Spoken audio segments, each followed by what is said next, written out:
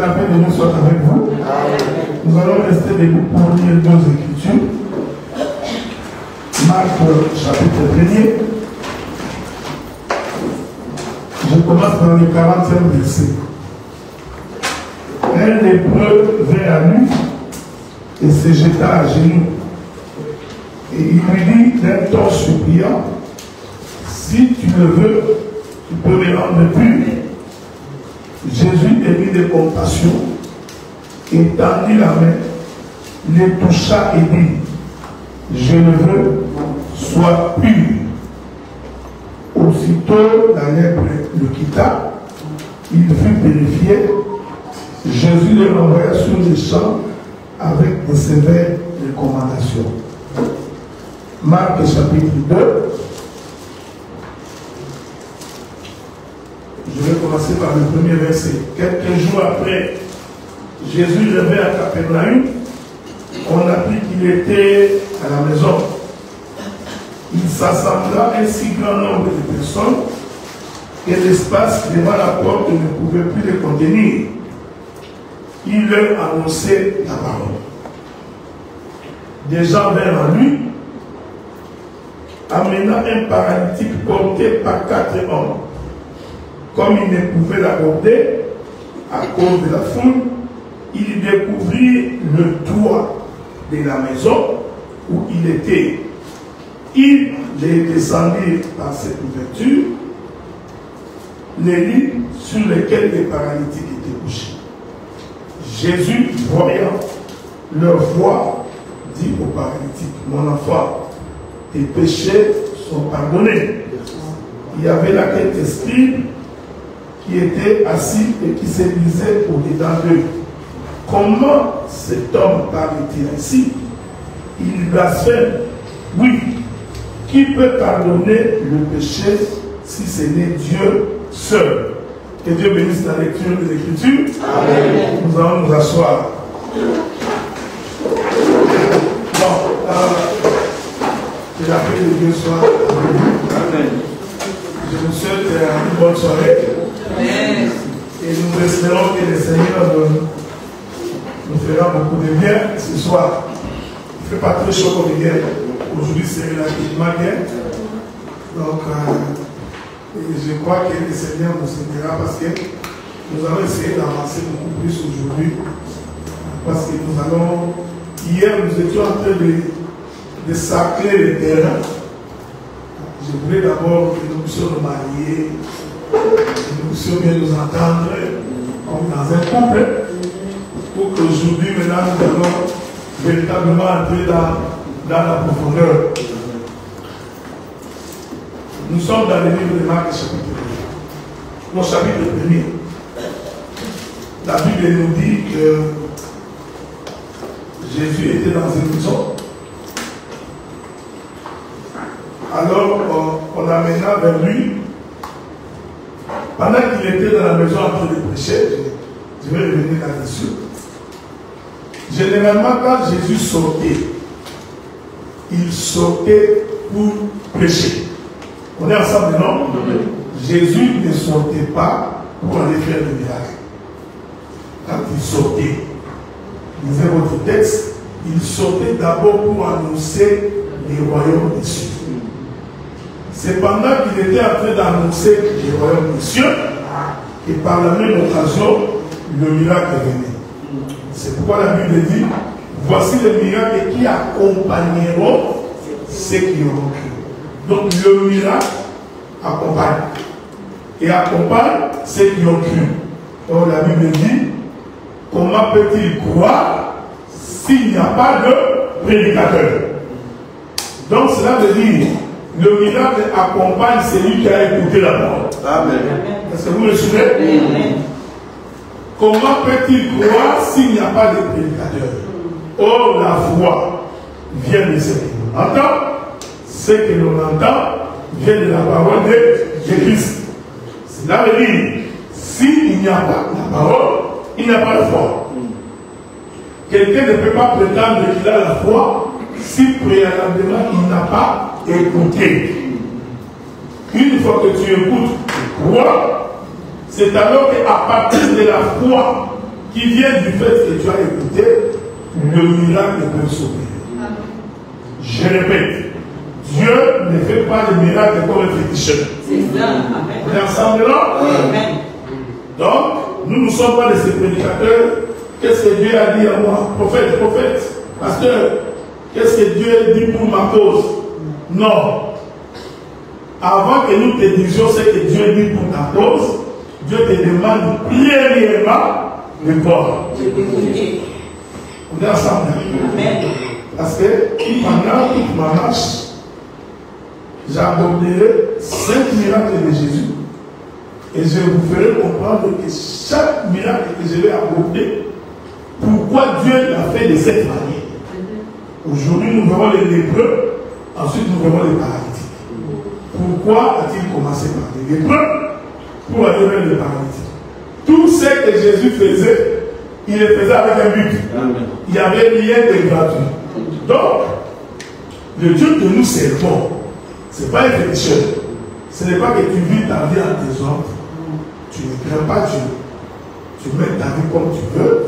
Et quand tu as des difficultés, tu nous prends comme des féticheurs pour que tu crois que nous, en priant, Dieu va apporter la solution à ton problème. Non, ça tu le fais chez le pécheur.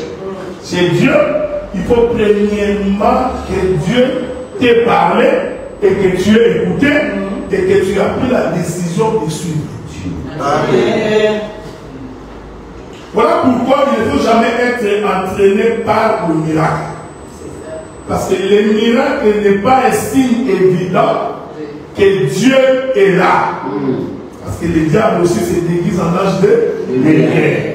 Donc le miracle de Dieu suit un processus. C'est pourquoi vous avez remarqué, quand Jésus sortait, il sortait premièrement pour annoncer le royaume. C'est pourquoi je vous ai dit que moi je vous parle, parce que je suis en train de vous préparer, parce qu'il faut qu'il y ait une grande campagne d'évangélisation. Et les gens qui doivent évangéliser, ce n'est pas les pasteurs. Généralement, c'est vous qui deviez évangéliser. Et par conséquent, il faut être armé. Est-ce que vous me suivez? Donc, on sort d'abord pour annoncer l'évangile. Une fois que les hommes écoutent l'évangile, c'est alors que le miracle est possible. Je voudrais dire à quelqu'un ce soir, Dieu ne peut pas opérer un miracle dans ta vie si tu ne crois pas d'abord à Dieu. Amen.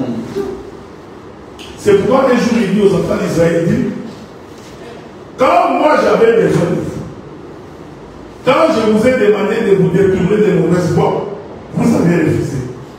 Mais viendra un jour que vous aussi vous aurez besoin de moi, et moi je vous tournerai les dos. Bien aimé, on ne se moque pas de Dieu. Ce qu'un homme aura semé, il le moissonnera. Cette parole est vraie dans tout. Tu sèmes la haine contre Dieu, Dieu te tournera. Tu sèmes la haine contre ton frère, d'autres personnes vont te haïr. Voilà pourquoi la Bible dit, en tout temps, faites le bien. Amen. Faites le bien même pour vos ennemis. Voilà comment la parole est difficile. Tu sais que c'est ton ennemi, mais tu lui fais du bien. Parce qu'en réalité, Dieu sait que les biens que tu fais, tu les fais pour toi-même. Ce n'est pas pour ton ennemi que tu les fais. Donc tu sèmes du bien, tu peux récolter le bien. C'est pourquoi la Bible dit, Dieu dit, à moi la vengeance, à moi la rétribution.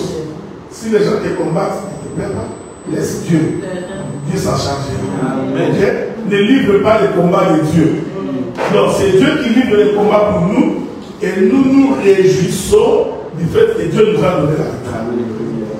C'est pourquoi dans l'évangile, on parle, la femme danse. Amen. Amen, amen. On est ensemble, non? Oui. Avec l'évangile, l'homme parle, la femme danse. En d'autres termes, l'homme combat, la femme danse. Amen. Bon, je vais vous aider parce qu'on est encore en train de parler. Dans le foyer, celui qui apporte l'argent plus que l'autre, c'est l'homme. Amen. Exact. Amen. Ah, donc si tu trouves que la femme apporte, fais l'effort pour le dépasser. C'est très important. Fais l'effort. Prie le Seigneur. Que Dieu fasse ça. Moi j'ai la confession que Moi, je dois avoir beaucoup d'argent que ma femme. Amen. Ça, c'est vrai. Parce que je vous informe que la soumission de la femme dépend aussi de ce que tu as dans la bouche. Insister. Vous savez, il y a des gens qui parlent de femmes, soyez soumis. Ils pensent que c'est comme ça. La soumission de la femme dépend de ce que tu as. Amen. C'est comme ça que quand Abraham envoie son serviteur pour aller chercher une femme, la Bible dit qu'il prit tous ses biens. Amen. Parce qu'Abraham savait, cette femme-là, pour qu'elle accepte de venir, si elle ne voit pas les biens, elle ne viendra pas. Est-ce que vous me suivez? Il ne faut pas répéter le verset pour répéter femme, soyez soumise. Non, c'est vrai, c'est formidable. Est-ce que vous comprenez? Ce n'est pas pour rien. Écoutez, la Bible elle est parfaite. Qui est dit? Abraham, c'est le père. Regardez. Avez-vous remarqué que Isaac n'avait jamais dit à Abraham qu'il veut se marier? Non. La Bible dit Abraham qui voit que Isaac était à l'âge de se marier. Et la paix de Dieu soit avec vous. Je voudrais dire aux jeunes frères, c'est le père qui trouve qu'il est bon que tu te maries. Amen. Donc, un homme ne peut pas aller chercher la femme par plaisir. Non, il faut que son père. Là, je crois qu'il est modernisé ou des difficultés. Dis, moi, à mon âge, que mon père. Ce que nous disons, ce sont des choses du royaume. Son entendement aussi est céleste.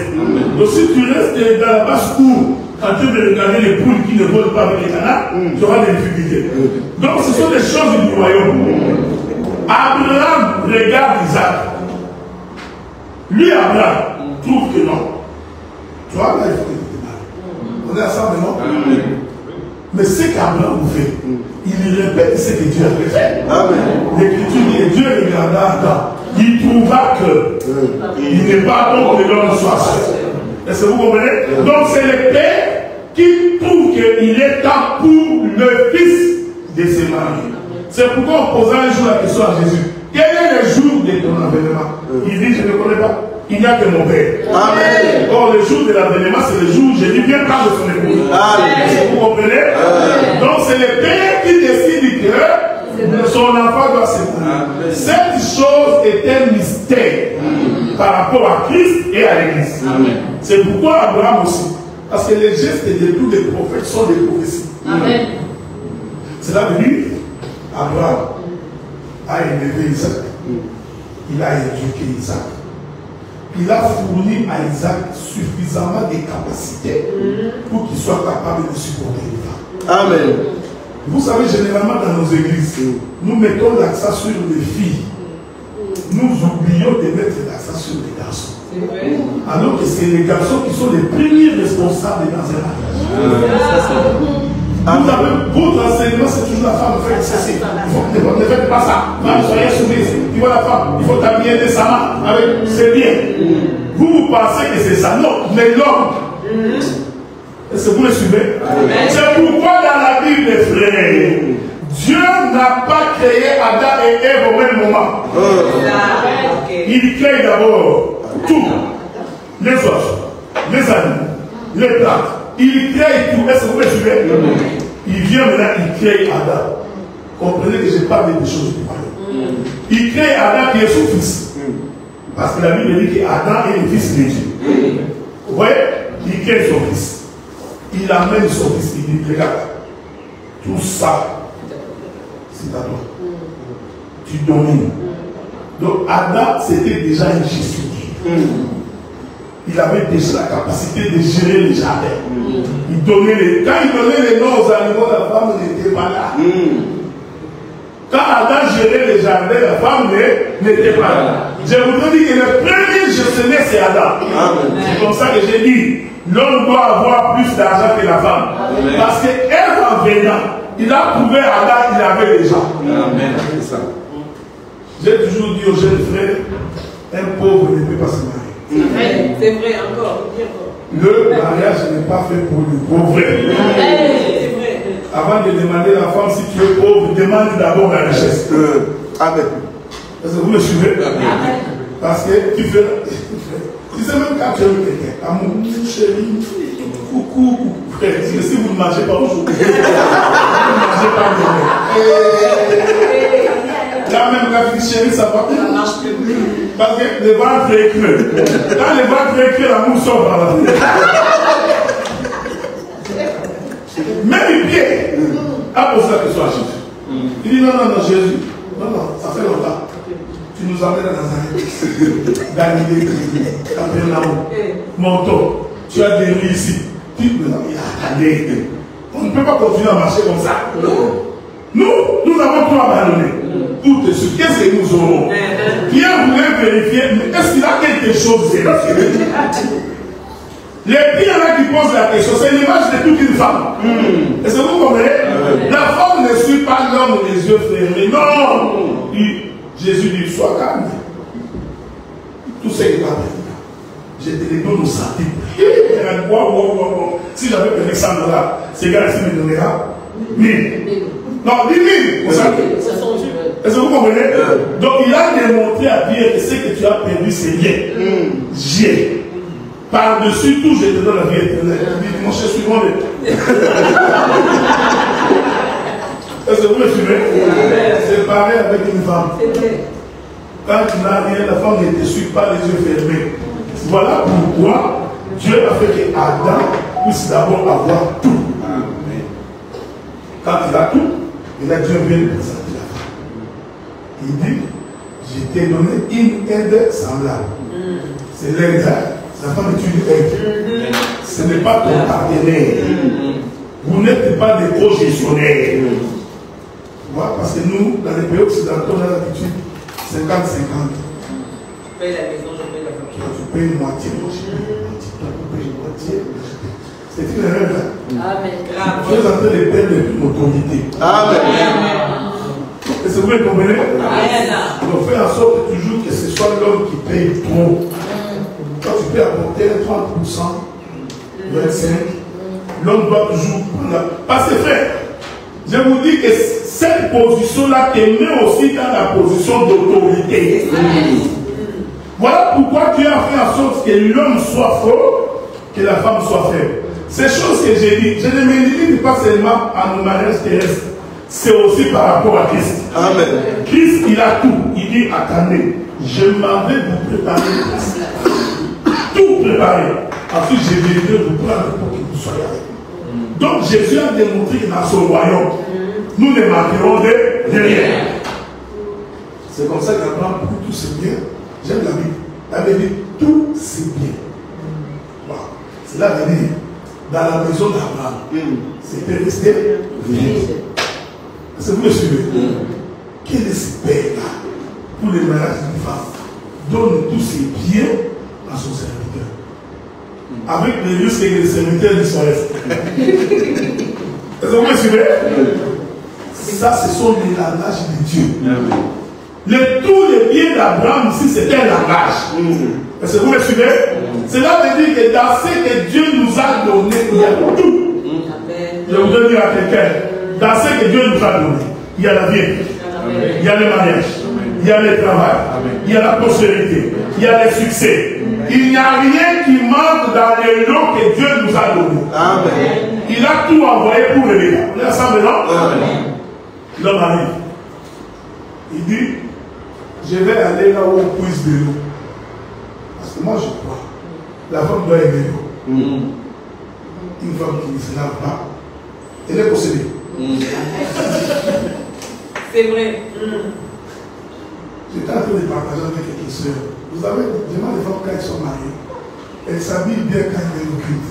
Quand elle est à la maison, elle est toujours à jogging depuis le matin, pas de pas. Et ce n'est pas un peu de beauté. Elle ne séduit plus l'homme.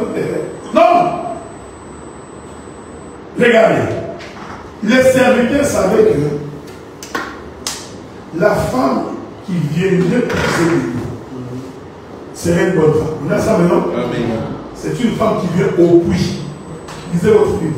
Et l'Écriture dit, c'est au soir, quand les jeunes filles sortaient pour pousser les eaux, C'est-à-dire que les jeunes filles venaient puiser de l'eau le soir. Les serviteurs aussi savaient, si je vais les avoir, je dois aller les tenir au soir, mais dans un puits. Il dit, éternel Dieu, la femme qui me donnera de l'eau, non seulement à moi, et aussi à mes charbons, c'est celle de la femme de mon serviteur. Je ne sais pas, je crois que la Bible dit que ces serviteurs devaient avoir 10 charbons.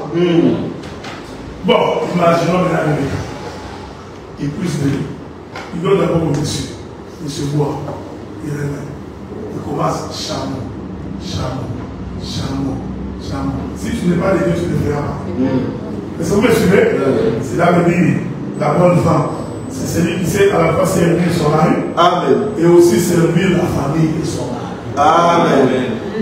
Est-ce que vous me suivez? Amen. La femme, c'est celle qui sait servir. C'est celle qui sait partager. Elle ne fait pas comme ces gens ici. Quand tu arrives, il te dit, ah, tu n'étais pas dans les programmes, hein? Prends le journal, mets-toi là au coin, va lui regarder la télé. Non. Même s'il y en a un peu, on partage. Parce que la Bible dit, quand on n'est pas fidèle dans des petites choses, c'est ça. On ne le sera jamais. Est-ce que vous me suivez? La femme fait ce travail, finit. Ah.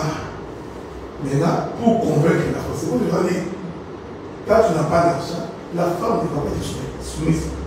Mais là, l'homme regarde, il enlève les bijoux qu'il a. Est-ce que vous me suivez? Il est venu avec ça depuis la maison d'Abraham. Il fait porter à la fille. Maintenant, la fille va chez eux. Dès que les parents ont vu, ils ont dit, toi là, tu as rencontré l'homme. Est-ce que vous voyez? Quand une femme rencontre l'homme, la femme doit changer. Toi, célibataire. Marié. Non, quelque chose de pas. Yes. Tu dois te réjouir dans ta maison. Amen. Le mariage ne peut pas être un endroit de calvaire. Naomi a dit à Ruth, je vais t'assurer le repos dans la maison des maris. Amen. Donc le repos à faire se trouve dans la maison des maris. Amen. Est-ce que vous me suivez? Amen. Oh, la Bible dit qu'un homme s'est présenté devant les Juifs et il dit, qui d'entre vous est chargé? La crème glacée.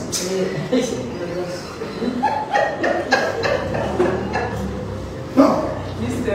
Après crème glacée, c'est plus servi.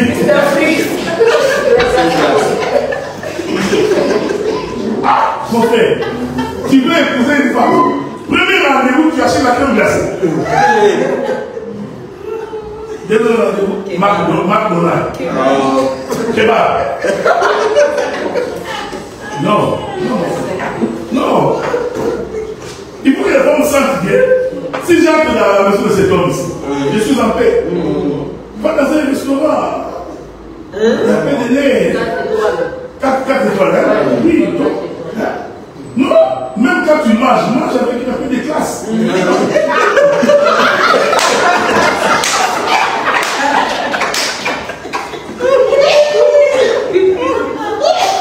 Croire à Dieu ne veut pas qu'il faut être médiocre. C'est ça, oui. Nous avons tendance à croire que les chrétiens, ce sont les médiocres. C'est pourquoi beaucoup de blancs ne croient pas à nous. Parce qu'ils pensent qu'ils croient à Dieu, se demander. Dieu, tout comme la société des réfugiés, donner. Non! Là où ils vont manger, ils voient un noir qui a. Je vais vous raconter une histoire. Je vous rappelle la fin de la parenthèse. Quand mon épouse habitait encore en Hollande, alors j'ai pris l'avion sans lui dire que je venais. Je débarque, j'arrive, il me dit non, je suis pas en France, à Toulouse. Moi je lui dis, mais qu'est-ce que je fais? Moi je lui dis, mais tu ne m'as pas dit que tu venais. Je dis, bah, je venais. Il dit, bon, dans ce cas, moi je prends le vol demain matin, je rentre. Mais il y a un hôtel là à côté, c'était dans un petit village de Hollande. Va, trouve-toi une chambre là. Va. D'abord, c'est noir et noir. Parce que c'était vraiment dans les petits villages. Vous voyez, les Hollandais sont des. D'abord, il me regarde. Il me dit, c'est noir ici. Il veut faire quoi dans cette hôtel? Moi, je dis, est-ce qu'il y a une chambre? Et puis, oui, je dis, il avait un nom avec Carl Kelly. Ok. Il a agi. Non, demain matin, il y a petit déjeuner et un climat. Quand moi j'ai quitté le Congo, je suis arrivé du Congo directement à Toronto. Si vous venez à Toronto, vous n'aurez pas l'impression que vous avez payé des là. C'est vrai. Parce que Toronto est cosmopolite. Il y a tellement de nationalités. À un moment donné, j'avais oublié que j'étais noir. Vous comprenez ce que j'ai dit? J'avais vraiment oublié que j'étais noir. Je dors. Le matin, je me réveille, je dis, je descends pour aller déjeuner. Oh, j'ai eu un choc. Dès que je suis entré, il n'y avait que des têtes de blancs. Et c'était pour la première fois que je voyais autant de blancs. Alors les blancs aussi se sont retournés, et ont dit, qui est si noir, qui se retrouve ici. Est-ce que vous comprenez ce que je dis? Je voudrais dire que quand on est enfant de Dieu, il faut oser. N'ayez pas l'esprit complexé, hein, l'esprit de tout trembler. Non, il faut qu'on sente que oui, ça c'était là. Il marche là-bas à 200 €, là. Je t'invite là-bas. Là, tu as déjà travaillé, tu l'invites. Frère, quand la femme entre, marche, il sent le vent, il peut laisser le visiter. Dès que tu sors, ma soeur, je te disais, oui, on va demander au Seigneur, ça c'est sûr. Dieu va nous orienter. Non, ce n'est pas Dieu. C'est moi, c'est le restaurant. Rebecca savait que si déjà ici j'ai comme ça, écoutez ce que le serviteur lui a dit. Il lui dit ceci. Il dit, mon maître a eu son fils dans sa vieillesse. Il a comblé son fils de tous ses biens. Donc, Rebecca savait déjà que ce garçon que je vais épouser, il a tout. Mais qui lui a donné l'héritage? Son père. On est ensemble, non? C'est comme ça que je vous avais dit. L'idée de se marier vient du père. Pourquoi? Parce que le papa, c'est ce que nous ne faisons pas. Nous appelons sur nos filles, mais nous négligeons les garçons. Or, un véritable papa prépare aussi son garçon à devenir responsable. Amen. En lui donnant des responsabilités, en lui confiant des charges, en lui apprenant à travailler. Pas un garçon fainéant qui joue les games. Il est toujours en train de jouer les jeux vidéo. Un fainéant. Il n'a pas ses vêtements, il nettoie pas ses chaussures, il ne fait même pas la vaisselle à la maison, il ne fait ni la lessive. Non! C'est la responsabilité d'abord de préparer les garçons. Est-ce que vous me suivez? C'est les garçons d'abord qui doivent apprendre que la femme, on la respecte. On prend soin de la femme. On s'occupe de la femme. Quand tu as ton argent, c'est d'abord toi et ta femme. C'est vrai. Il y a des gens, dès qu'il a l'argent, c'est son oncle, son grand frère, c'est son papa. Alors que ça nous a créé des faits. Non. C'est ça. On commence d'abord par ça. Amen. Est-ce que vous me suivez? Amen. Donc, vous comprenez que dans ces choses-là, c'est l'homme, premièrement. Pourquoi je dis ça? Parce que c'est ce que Dieu nous enseigne. Lui-même est riche. C'est pourquoi nous croyons en lui. C'est comme ça qu'il vous dit, demandez tout ce que vous. Pourquoi il est libre? Parce qu'il sait que tout ce que tu demanderas, il en a. Donc c'est un homme riche. Est-ce que vous me suivez? Et nous, en tant qu'épouse, nous ne faisons que demander. Bon. Et quand nous demandons, comme c'est que nous demandons, maintenant il nous dit, soumettez-vous. Est-ce que vous me suivez? Toi, tu n'as rien. Tu demandes la soumission. Quand vous soyez soumis, il n'y a pas, soyez soumis. Où est le père? Il n'y a pas de père. Non, il ne se soumet pas. Donc Dieu nous a mis dans des conditions qui nous donne d'abord tout. Et ça conditionne notre soumission. Amen. C'est vrai. Pour dire que Dieu, tout ce que nous voulons faire, tu es là pour nous. Tu défends notre cause. Quand nous sommes en difficulté, tu es là.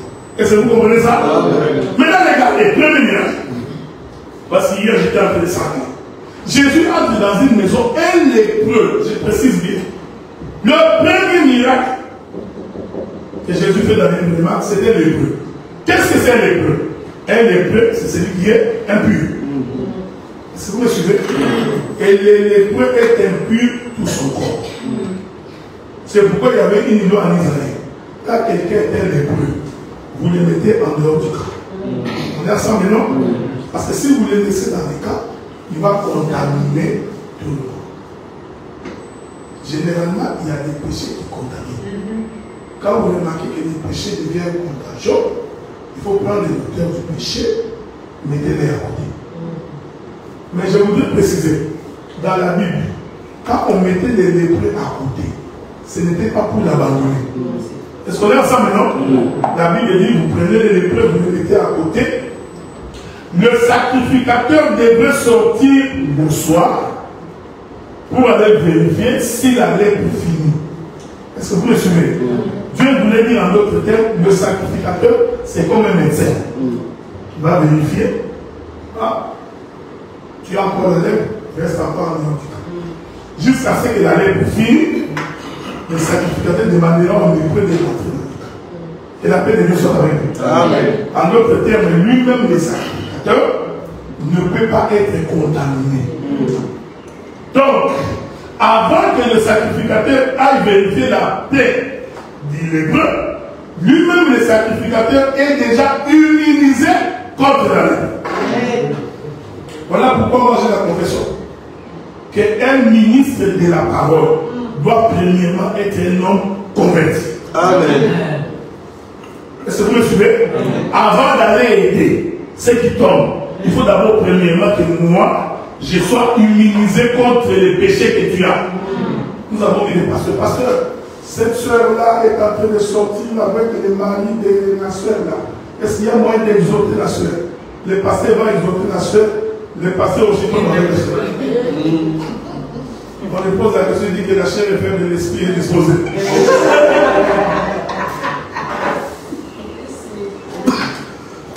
Dans la Bible, le sacrificateur, quand il visitait les lépreux, il n'était pas contaminé. Est-ce que vous me suivez? Parce que lui-même, en lui, on ne trouvait pas la lèpre. Alors qu'en Israël, quiconque touchait les lépreux est contaminé. Qui touche les objets est contaminé. Est-ce que vous me saisissez? Jésus entre dans la maison. Un lépreux. Comment se déplace? En d'autres termes, les lépreux a compris que celui qui est dans cette maison-là, il a la capacité de finir ma lèpre sans que lui-même ne soit contaminé. Je vais essayer de balancer la minute un tout petit peu pour que nous avancions. La lèpre, c'est l'état de tout homme qui est dans le péché. Est-ce qu'on est ensemble, non? Je voudrais l'expliquer selon le contexte de la vie. Quand Adam pêche, on est ensemble, non? Dieu parcourt le jardin, il vient et pose la question. Adam, où es-tu? Ah là, j'ai entendu ta voix et puis je me suis caché. Tu as mangé les fruits dont je t'avais dit, ah oui, tu es sûr. La femme ne sait pas. Dieu constate qu'Adam a fait quoi? Il a péché. En d'autres termes, Dieu a constaté qu'Adam vient d'avoir la lèpre. On est ensemble, non? Comme la loi de la lèpre dit, quand quelqu'un est lépreux, il faut le mettre en ordre du corps. Il dit, puisque toi, tu as la lèpre, qu'est-ce que je fais avec toi? J'ouvre la porte du jardin, je te chasse. Donc cet Adam-là qui a été chassé, c'était tout un lépreux. Est-ce que vous me suivez?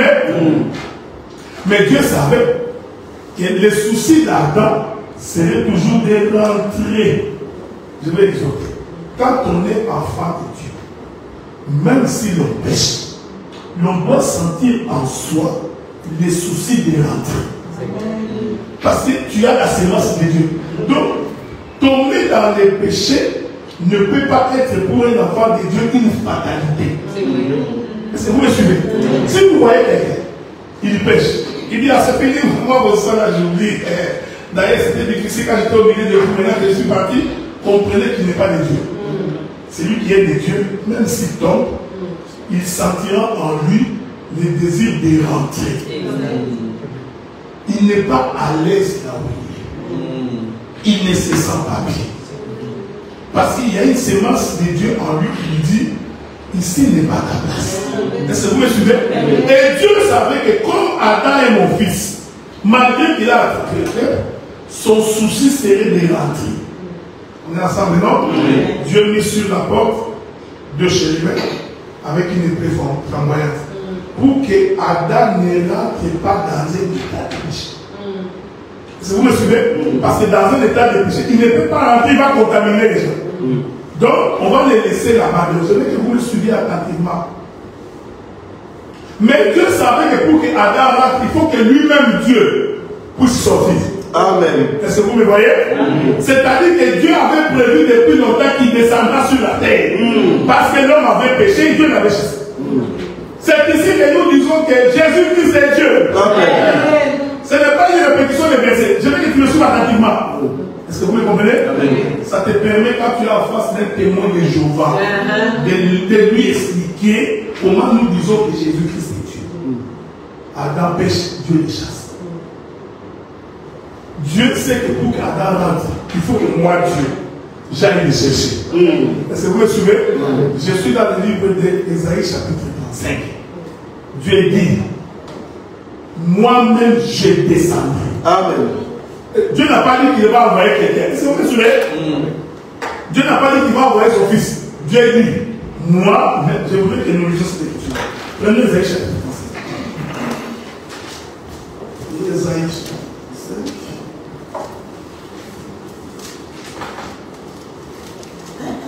Ça fait longtemps que j'ai lu ma Bible papier. Et la Bible dans le téléphone, elle s'en va par ici. Il tape les versets, tu la mets, tu vas juste de chercher où c'est tous les versets. Verset 4. Bon, voilà, verset 4. Ésaïe combien? 35. Regardez. Je commence par le verset 4. Dites, ça c'est Dieu qui parle. Est-ce que vous me suivez? J'ai dit que ce n'est pas Jésus. Ce n'est pas Jésus. Comprenez d'abord que ce n'est pas Jésus. Dans les textes ici, c'est Dieu, le créateur du ciel et de la terre qui parle. Il dit ceci. Dites à ceux qui ont le cœur troublé, prenez courage, ne craignez point. Voici votre Dieu. La vengeance viendra, la rétribution de Dieu. Il viendra lui-même et vous sauverez. Dieu n'a pas dit qu'il va envoyer quelqu'un. Est-ce qu'on est ensemble? Ça c'est la loi de Dieu. Il dit qu'il viendra lui-même. Il précise comment vous saurez que Dieu est venu. Amen. Il précise. Alors, s'ouvriront les yeux des aveugles. Donc, si vous voyez les aveugles, les yeux s'ouvrir, comprenez que Dieu lui-même est descendu. Il continue. S'ouvriront les oreilles des sourds. Alors, les boiteux sautera comme un cerf, et la langue du muet éclatera de joie, car des eaux jailliront dans les déserts. Dieu donne le signe. Il dit pour que vous sachiez que je suis descendu moi-même. Les aveugles verront, les muets parleront, les sourds entendront, les boiteux marcheront. On est ensemble, non? Jésus vient, se présente aussi à notre Dieu qui est au péché mort. Quelques temps après, on arrête Jean. Jean se retrouve en prison. Il appelle ses disciples. Il dit, allez lui poser la question.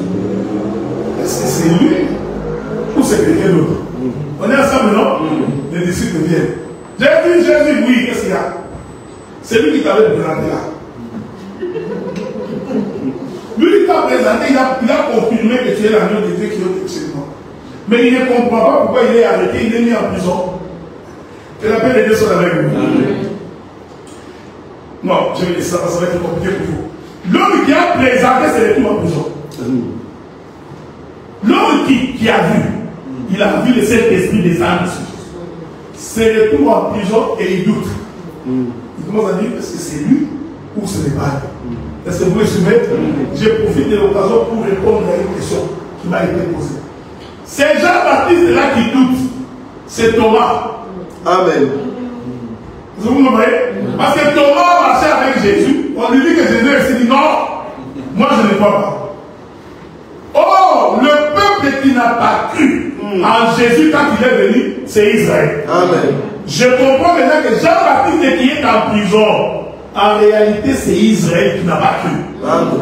Et si vous me voyez, parce que c'est impossible que l'homme qui a présenté Jésus commence à douter que ce n'est pas lui. Non. Dieu a un langage. Quand il présentait Jésus, c'était le prophète. Mais quand il se retrouve en prison, il devient l'image de tout un peuple. Le peuple ne croit plus. Est-ce que vous comprenez?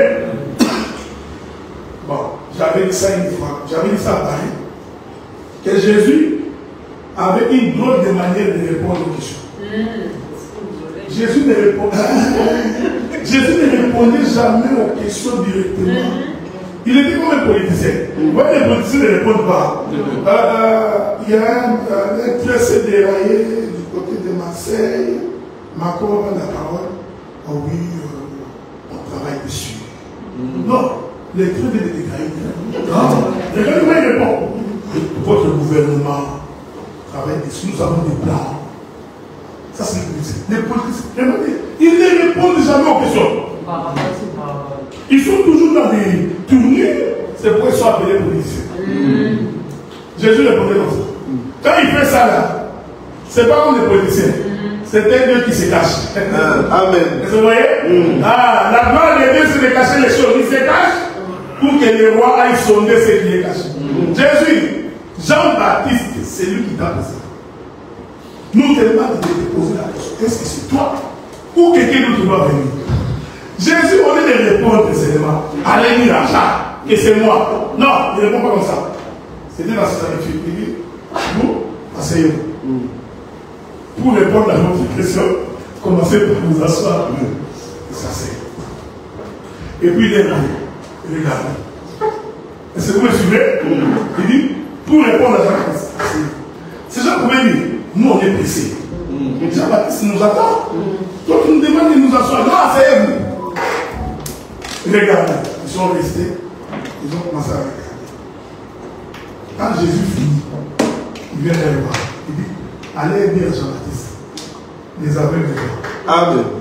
les paralytiques qui marchent, les muets parlent, les sourds entendent, les lépreux sont purifiés.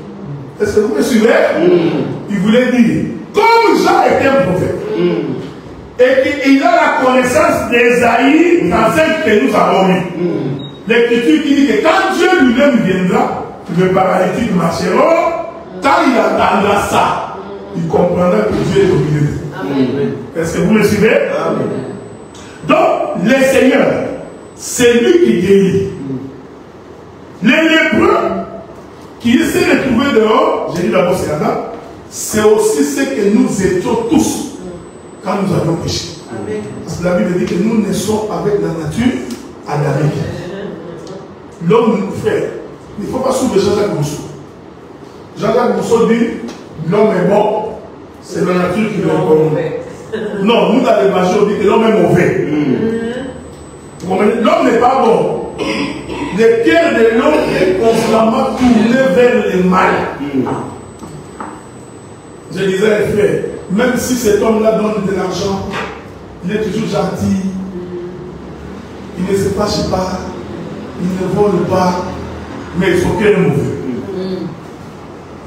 Parce que tout celui qui ne croit pas en Jésus, son cœur est mauvais. Même s'il fait de bons actes, l'évangile est merveilleux. C'est pourquoi Paul avait dit, Paul dit, même si quelqu'un donne tout son bien, voilà. Il accepte même de donner son corps pour que son corps soit brûlé. S'il n'a pas l'amour, il est comme une semence rétablissante. Or, l'amour, c'est Dieu. Amen. J'ai dit Dieu est amour. En d'autres termes, un homme peut ne pas commettre des péchés, naturellement. Il ne suit pas, il ne vole pas, il ne prend pas la femme d'autrui. Il donne de l'argent. C'est un homme bien. S'il meurt, sans croire en Jésus, il va en enfer. C'est vrai, il fait tout. Direct. Voilà, Dieu est merveilleux. Vous avez pleuré, c'était un homme bien. Il avait des problèmes avec personne. Mais il avait un problème avec Dieu. Il n'a pas réglé cette question-là. Est-ce que vous comprenez? Donc, c'est Dieu seul qui sauve. C'est Dieu. Donc, ici, vous allez comprendre ce qui se passe. Adam, en péchant, il a péché avec toute l'humanité. La méchanceté est entrée dans tout homme avec la chute d'Adam. Tu verras une poule qui poursuit les hommes. La poule, il n'a même pas peur de ta taille. Mais c'est la méchanceté. La méchanceté est entrée dans tout animal. C'est Adam qui ne pouvait pas fuir les lions. Mais à cause du péché, les lions deviennent méchants. Dès qu'ils voient les lions. Nous, on a vu un chien comme ça dans la station, on a les fuit. Est-ce que vous me comprenez? C'est ça la lettre. C'est-à-dire, je sais pas si vous comprenez. Ce miracle-là, c'est tout un enseignement. Donc, c'est l'état de tout homme qui est dans un état de péché. Mais Dieu savait que si je ne sors pas, l'homme ne va pas être sauvé. C'est comme ça qu'il fait la promesse que je descendrai moi-même. Nous prions, c'est Dieu qui a quitté son trône. Il s'est dépouillé de sa puissance, de sa divinité, qui est descendu spécialement pour toi. Si tu comprends ça, tu t'attacheras à ce Dieu-là, parce que c'est un Dieu qui ne t'a pas abandonné. Je voudrais dire que Dieu ne peut pas t'abandonner parce que tu es son fils, parce que tu es sa fille. Amen. Quelles que soient les difficultés, quels que soient les problèmes, quand on est fille et fils de Dieu, Dieu ne peut pas t'abandonner. Est-ce que vous le voyez? Mais c'est quoi le problème? Dieu est esprit. Et la Bible dit, personne ne peut voir Dieu et vivre. Est-ce qu'on est ensemble, non? Je répète ça. Dieu est esprit. Personne ne peut voir Dieu et vivre. Donc, si Dieu sort en tant qu'esprit, l'humanité va mourir. Parce que Dieu ne supporte pas les péchés. Dieu savait que si je sors comme ça, Adam, s'il me voit, il mourra. Est-ce que vous me comprenez? Maintenant, qu'est-ce que Dieu fait? Pour éviter que l'homme meure, Dieu doit se faire un corps. On est ensemble maintenant? Ce corps-là que Dieu s'est fait, c'est ce que nous appelons Jésus. Amen. Colossiens, chapitre 2. Nous le livre de Colossiens, chapitre 2. Je crois, je me trompe, mais Colossiens 9, je crois que Colossiens chapitre 2.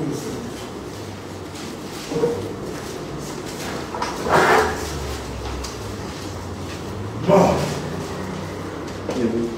Voilà. Je commence par le verset 8. C'est mieux. Colossiens chapitre 2, verset 8. Prenez garde que personne ne fasse de vous sa proie par la philosophie et par une vaine tromperie, s'appuyant sur les traditions des hommes, sur le rudiment du monde, et non sur Christ. Car, on est ensemble, non? C'est le message qui m'intéresse. Car en lui, c'est-à-dire en Jésus, habite corporellement toute la plénitude de la divinité. On est ensemble? Ça, c'est Paul qui dit. Paul dit que c'est le corps de Jésus, dans ses corps, Dieu, dans toute sa divinité, habite dans ce corps. Est-ce que vous me suivez? Pourquoi Dieu a-t-il porté ce corps? Parce qu'il savait que lui, en tant qu'esprit, l'homme ne peut pas le voir et vivre. Mais pour permettre à l'homme de voir Dieu et de ne pas mourir, Dieu s'est fait une couverture. Il s'est fait un corps. Ce corps-là, c'est ce qu'on appelle Jésus-Christ. Donc c'est Jésus-là qui circulait dans la Bible. En fait, c'était le corps de Dieu. Amen. Est-ce que vous me suivez? Amen. À l'intérieur de ce corps, Dieu était dans toute sa plénitude. Je peux dire autrement, Jésus c'était la maison de Dieu. Amen. Dieu était dans sa maison. C'est pourquoi vous pouvez dire à Philippe, Philippe, tu ne sais pas de qui m'a vu. Après le Père. Il voulait lui dire, ça c'est ce que les disciples ne comprenaient pas. Ils chantent, je suis dans le Père, le Père est en moi. Moi et le Père, nous sommes un. On est ensemble, non? C'est le frère Patrick. En réalité, dans l'homme, c'est l'esprit. Pendant que nous les regardons comme ça, est-ce que nous pouvons distinguer les corps des parties de son esprit? Non. Mais c'est pendant son esprit est à son intérieur. Donc quand je les regarde, je vois aussi son esprit. C'est ce que Jésus disait. Qui m'a vu, a vu le Père. Donc comprenez que quand Jésus marchait, c'était Dieu dans toute sa plénitude. Malheureusement, Dieu n'est pas comme vous. Parce que dans ta conception, tu crois que puisqu'il marchait sur la terre, qui est resté au ciel. Hein? Là, tu vois dans les débats. Si je suis Dieu, je vais explique-moi quelle est la voix qui s'est fait entendre le jour où il a été baptisé. Parce qu'une voix s'est fait entendre des cieux. C'est la Bible dit, hein? On est dans quel livre ça? Dans Matthieu?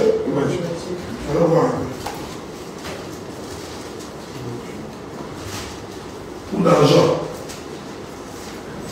Non, pas dans Jean. On est dans Matthieu. Matthieu ou Luc. Allons voir le baptême de Jésus. Matthieu 3. Matthieu 3. Verset 17, verset. Ok. Bon.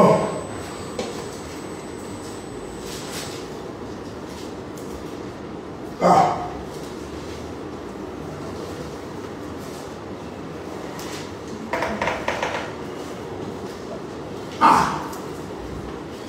Que le Seigneur vous bénisse. Quand vous lisez la Bible, c'est un conseil que je vous donne. Ce n'est pas Quintin ou Cameroun. Okay. La Bible n'est pas un roman. La Bible est un livre mystère. Il faut faire attention. Parce que Dieu se cache à l'intérieur des Écritures. Il ne faut jamais dire comme tu lisais un journal. Nous allons lire avec vous. Et je bénis Dieu parce que je suis en France. Donc vous là, vous parlez français. Donc on va parler français maintenant. Regarde.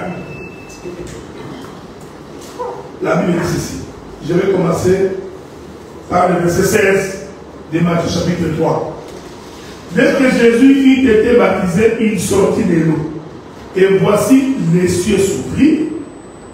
Et il vit l'Esprit de Dieu descendre comme une colonne venue sur lui. Premier élément. Est-ce que vous croyez que l'Esprit de Dieu est différent de Dieu? Non. L'Esprit de Dieu, c'est Dieu. Ok? Cet Esprit est descendu. Bon. J'aime le verset 17. C'est là que vous, les macronistes, nous allons examiner ce français. Il est écrit. Et voici une voix se fit entendre des cieux. On est d'accord, non? La voix se fit entendre d'où? Des cieux. Regardez ce qui suit. Celui-ci est mon fils bien-aimé en qui j'ai mis toute mon affection. Bon, parlons français. On est en français. Moi j'ai des tons de Congolais, vous avez des tons de français. Parlons français. En bon français. Si celui qui parle est en haut, il devrait dire celui-là. Parce que Jésus était sur la terre, en train de se faire baptiser. Est-ce qu'on est ensemble, non? Donc en bon français, si celui qui parle ici est en haut, il allait dire celui-là est mon fils bien-aimé. Lui, c'est qu'on n'a pas commis l'erreur. Mais celui qui a parlé, quand bien même que la voix se fit entendre les cieux, mais il dit celui-ci. Donc il était là avec lui. Est-ce que vous comprenez? Ça c'est une phrase, c'est celle d'accompagne. Quand quelqu'un dit que celui-ci, il est plus proche de lui. Donc nous comprenons que les fils et les pères, tous les deux étaient là. Mais la voix se fit entendre les cieux. C'est ce qui est merveilleux. Même les jours où Abraham vient dans la maison, non, le Seigneur vient dans la maison d'Abraham. L'Écriture dit que Dieu lui-même était descendu. Parce qu'il dit à Abraham, j'étais dans les cieux, je suis descendu. Parce que j'ai entendu qu'à Sodome et Gomorrhe, il y a des problèmes. Donc celui qui marchait et qui a marché dans la maison d'Abraham, c'était Dieu. Qui était resté dans les cieux. Dieu, c'est ce qu'Isaïe 55 dit. Autant les cieux se trouvent éloignés de la terre, autant mes pensées sont éloignées de vos pensées. Mes voix sont éloignées de vos voix. Nous, pour nous, tu ne peux pas être ici, là-bas, au même moment. Ça n'a rien à voir avec Dieu. Les voix de Dieu sont insondables. Est-ce que vous me voyez? Donc, Dieu devait descendre lui-même pour sauver l'homme. C'est ça le premier miracle de Marc. Premier miracle, l'homme doit être purifié. Or, la purification, c'est enlever l'homme dans l'état du péché. Mais regardez, la Bible dit comment Jésus a sauvé ses lépreux. Nous avons lu. La Bible dit il étendit sa main et le toucha. On est ensemble, non? Or, naturellement, si tu touches les lépreux, tu es condamné. Ça va, si tu donnes la vie, c'est sacrifié. Tu ne peux pas avoir de but du gars. C'est n'importe quoi. Un lépreux, si on touche un lépreux, on est contaminé. Nous nous posons la question, mais c'est quoi cette affaire? Jésus pouvait dire, tu es purifié. Mais l'Écriture dit qu'il les touche. On est ensemble, non? Dès qu'il les touche, l'homme est purifié. En d'autres termes, le péché s'enlève quand on touche. Amen. On est ensemble, non? Amen. Quand on ne touche pas, le péché ne peut pas être arrivé. Donc nous pouvons prier que tes péchés te soient pardonnés. Comme j'ai entendu quelqu'un, nous allons prier le Seigneur. Que Jésus nous lave de tous nos péchés. Écoutez, il faut faire attention à la question. Bien. Que Jésus nous lave de tous nos péchés. Tu vas invoquer le sang de Jésus pour qu'il te purifie de tous nos péchés. L'homme commence à prier. Dieu lave-moi. Lave-moi. Est-ce que vous pensez que nous sommes dans une douche? D'abord, quand quoi? Que Dieu est descendu, il commence à vous laver. Est-ce que vous me suivez? Je suis appelé à vous poser des questions parce que ça vous permet de comprendre maintenant pourquoi nous disons de quoi il va réaliser. Il y a des gens qui prêchent des choses qui ne sont pas bibliques. Est-ce que vous pensez que Dieu fait? Bon, il a pris un chiffon, il a trempé dans le sang de Jésus. Il commence à vous nettoyer. Toi aussi, on te nettoie avec des sangs. Tu devais ça? Oui. Mais regarde, que le sang de Jésus nous purifie. Que le sang de Jésus descende dans ce monde. Ok, bon, c'est bon. Qu'il lave nos vêtements. J'ai trouvé des mamans, il envoie même des sangs dans la nourriture. Que cette nourriture soit purifiée par le sang de Jésus. Qui t'a dit que Jésus était venu purifier la nourriture? Ok. Mais vous commencez à purifier. Non, Jésus est venu purifier les lépreux. Amen. Est-ce que vous suivez? Donc, depuis, il y a des prières que nous faisons qui n'ont rien avec Dieu. Que ces gens soient purifiés. Que ces instruments purifiés. Quand Dieu écoute ça, Dieu est en colère. Vous énervez Dieu. La purification est pour l'homme qui avait péché. Le sang a été versé pour l'homme qui avait péché. Donc il faut éviter de croire que le sang est un détergent. Non! Ça c'est comprendre la Bible en français. Croire que le sang est un détergent. Le sang n'est pas un détergent. Le sang de la Bible, c'est la vie. Amen. Ah, c'est pas moi qui dis ça. Dieu dit, la vie se trouve dans le sang. Donc quand Dieu appelle sang aujourd'hui, Dieu parle de la vie. Oh, Jésus a dit à ses disciples, mes paroles sont vie et esprit. En d'autres termes, le sang de Jésus, c'est la parole. Amen. Est-ce que vous me suivez? La réponse est dans la Bible, il faut les foutre.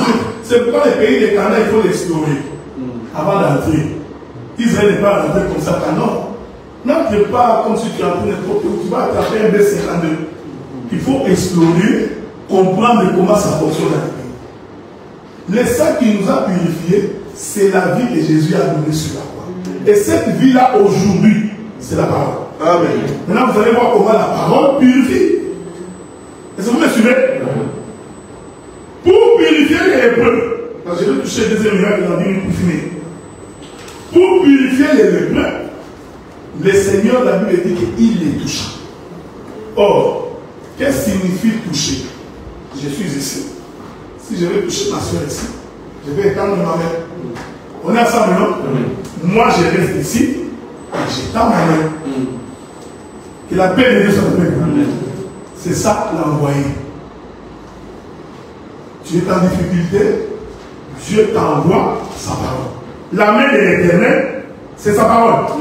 Donc quand Jésus touchait les lépreux, prophétiquement Jésus voulait dire, c'est au travers de la parole que l'homme sera purifié.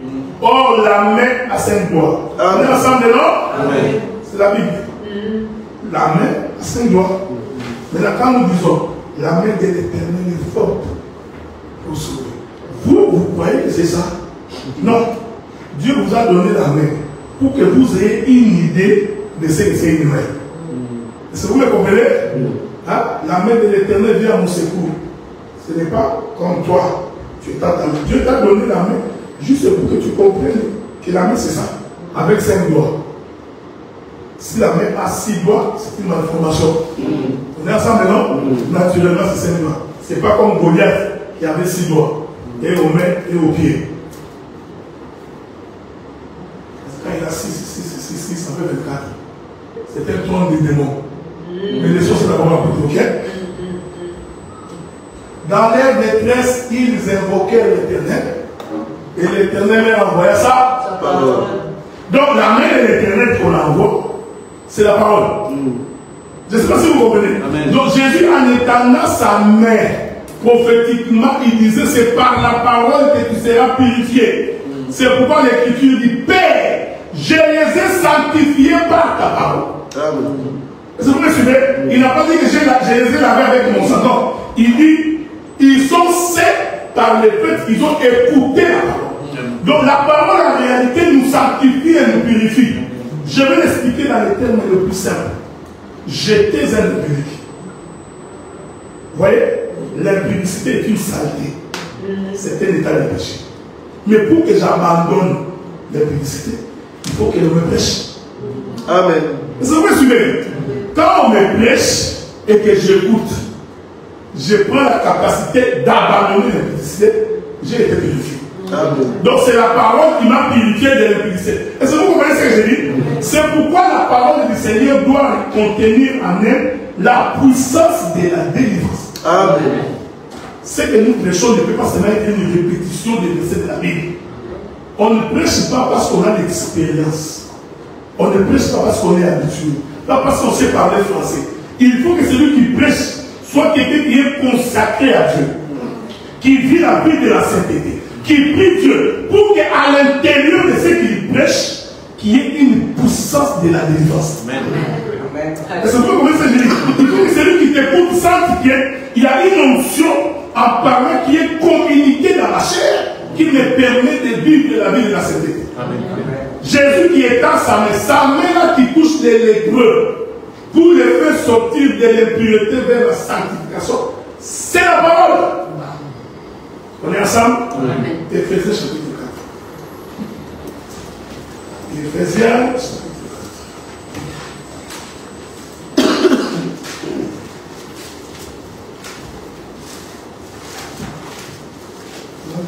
Éphésiens.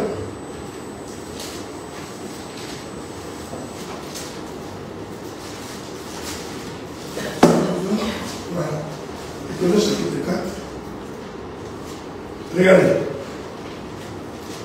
Nous allons définir la main de l'Éternel avec 5 doigts. On est ensemble, non? Éphésiens chapitre 4. Vous pouvez commencer au verset 1er si vous voulez, où la Bible démontre qu'il n'y a qu'un seul Seigneur, un seul Dieu, un seul baptême. Ok? Vous pouvez continuer. Mais moi, je vais commencer à partir du verset 9. Nous lisons. Verset 8.